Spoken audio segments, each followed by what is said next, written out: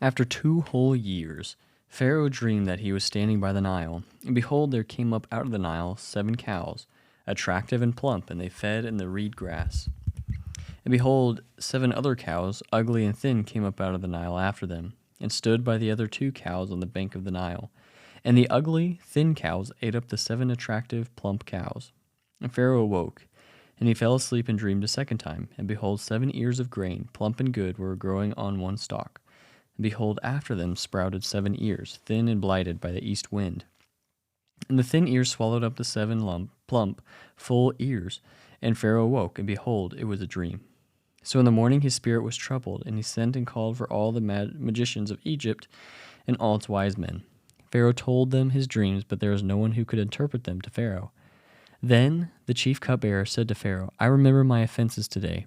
When Pharaoh was angry with the servants and put me and the chief baker in custody in the house of the captain of the guard, we dreamed on the same night, he and I, each having a dream with its own interpretation. A young Hebrew was there with us, a servant of the captain of the guard. When we told him, he interpreted our dreams to us, giving an interpretation to each man according to his dream. And as he interpreted to us, so it came about.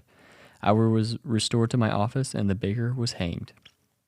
Then Pharaoh sent and called Joseph, and they quickly brought him out of the pit. And when he had shaved himself and changed his clothes, he came in before Pharaoh. And Pharaoh said to Joseph, I have had a dream, and there is no one who can interpret it.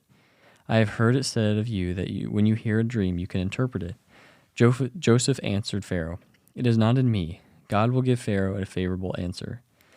Then Pharaoh said to Joseph, Behold, in my dream I was standing on the banks of the Nile. 7 cows, plump and attractive, came up out of the Nile and fed in the reed grass. 7 other cows came up after them, poor and ugly and thin. Such I had never seen in all the land of Egypt. And the thin, ugly cows ate up the first 7 plump cows.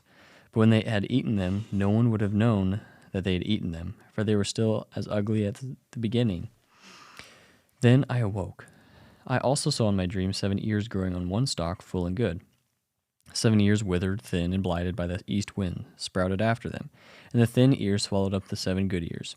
And I told it to the magicians, but there was no one who could explain it to me. Then Joseph said to Pharaoh, The dreams of Pharaoh are one. God has revealed to Pharaoh that what he is about to do. The 7 good cows are 7 years, and the 7 good ears are 7 years. The dreams are one. The 7 lean and ugly cows that came up after them are 7 years, and the 7 empty ears, blighted by the east wind, are also 7 years of famine.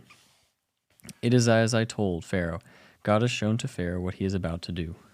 There will come 7 years of great plenty throughout all of the land of Egypt, but after them there will arise 7 years of famine, and all the plenty will be forgotten in the land of Egypt. The famine will consume the land, and the plenty will be unknown in the land, by reason of the famine that will follow, for it will be very severe. And the doubling of Pharaoh's dreams means that the thing is fixed by God, and God will shortly bring it about. Now therefore let Pharaoh select a discerning and wise man, and set him over the land of Egypt. Let Pharaoh proceed to appoint overseers over the land, and take 1/5 of the produce of the land of Egypt during the 7 plentiful years. And let them gather all the food of these good years that are coming up, and store up grain under the authority of Pharaoh, for food in the cities, and let them keep it.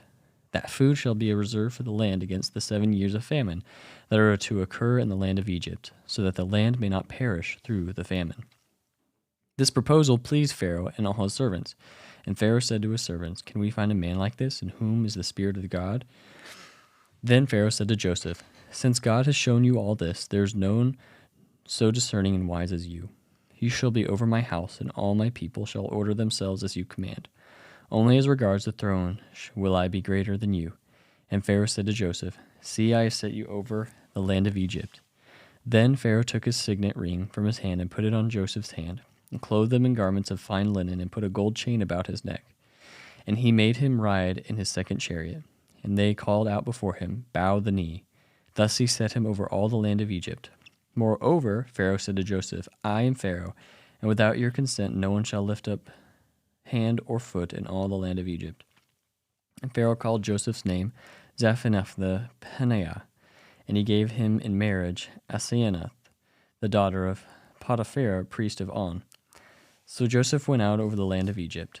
Joseph was 30 years old when he entered the service of Pharaoh, king of Egypt, And Joseph went out from the presence of Pharaoh and went through all the land of Egypt. During the 7 plentiful years, the earth produced abundantly. And he gathered up all the food of these 7 years which occurred in the land of Egypt and put the food in the cities. He put in every city the food from the fields around it, and Joseph stored up grain in great abundance, like the sand of the sea, until he ceased to measure it, for it could not be measured. Before the year of famine came, 2 sons were born to Joseph. Asenath, the daughter of Potipherah, priest of On, bore them to him. Joseph called the name of the firstborn Manasseh, for he said, God has made me forget all my hardship and all my father's house.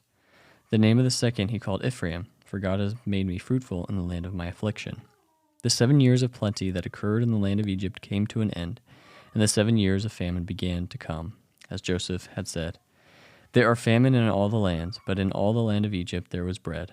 When all the land of Egypt was famished, the people cried to Pharaoh for bread. Pharaoh said to all Egyptians, Go to Joseph. What he says to you, do.